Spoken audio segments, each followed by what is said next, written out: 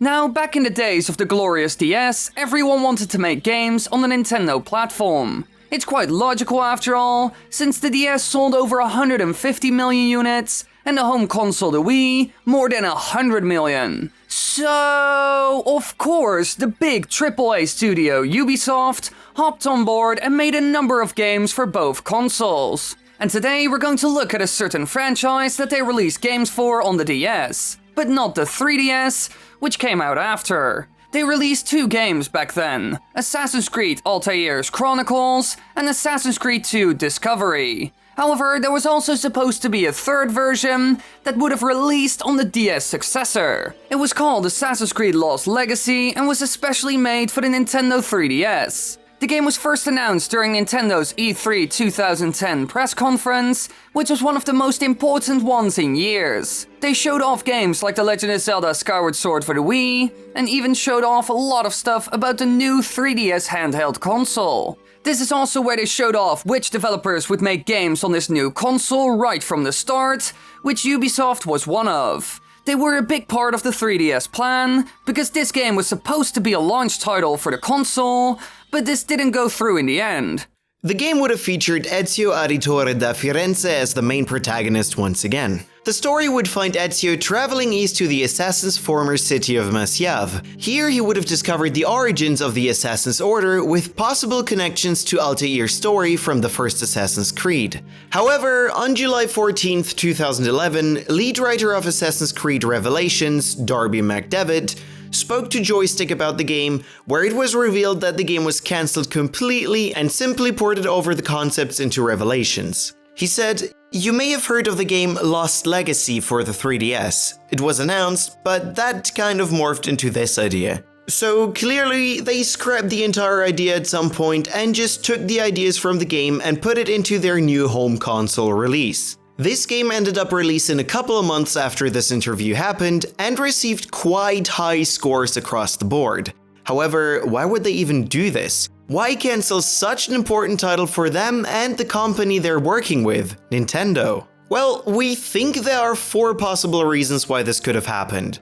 And for the first, we will look at the older titles. Because some people speculate that the 3DS wouldn't be powerful enough to run the new Ubisoft game. While we can understand where this argument comes from, it sadly doesn't make sense at all. If you look at the games they released for the DS, then you can see that they didn't really have any problems making that work. Sure, the frame rate was a bit unstable in the first title, but this wouldn't be a problem on the 3DS with the extra power. If a game like The Legend of Zelda Ocarina of Time 3DS could run smoothly on this thing, then a game in the style of the handheld Assassin's Creed games shouldn't be a problem. However, when looking at the game they made for the PS Vita, then there might be a reason for scrapping it. Assassin's Creed Liberation could never run on a 3DS, so if they planned on making something like this, then yes, it could be the reason. However, since it was supposed to be a launch title, this was unlikely. They know what they're working with really early on. Another reason could be the demand for a title like this, and here we finally get to a point that's extremely interesting. Both of the Assassin's Creed games for the DS sold terribly, only reaching around 250,000 sales each. Which is terrible compared to other games in this era. Assassin's Creed 2 sold more than 5 million copies after all. So here is a valid reason for not going through with this title. They would most likely lose money instead of gain some. This would be a huge problem after all, and after 2 failures, there is almost no chance of getting funding for even more handheld Assassin's Creed games. Now, another point a lot of people bring up is Nintendo themselves. Were they a pain for Ubisoft in any way? Well, most likely not, since they were part of the whole launch plan for a really long time and even allowed stuff to be shown during E3, so that's not very likely. Now you might wonder, why would anyone think their relationship is troubled?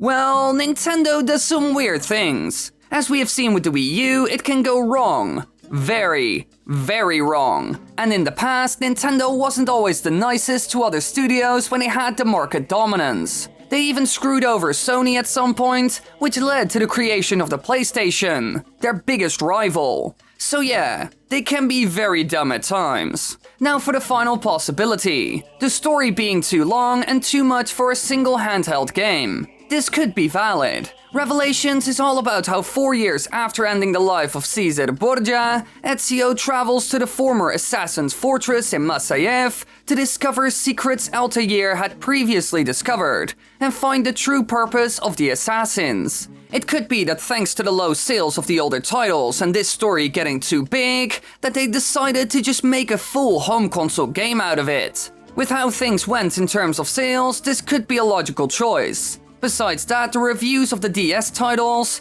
weren't that high. Metacritic only gave it a 69% out of 100%. So in the end, these games didn't do well enough, and we never saw one like it again. They only gave it another go when the PS Vita came around the corner, but that was also a failure. Even though that game had more than enough power, was quite big, and functioned in an extremely similar way to the home console titles. But maybe one day, we will see a new Assassin's Creed game on the Nintendo Switch. Thanks for watching, everybody. I hope you enjoyed. Be sure to click the bell and the subscribe button and click more videos and watch more stuff. And I hope you enjoyed.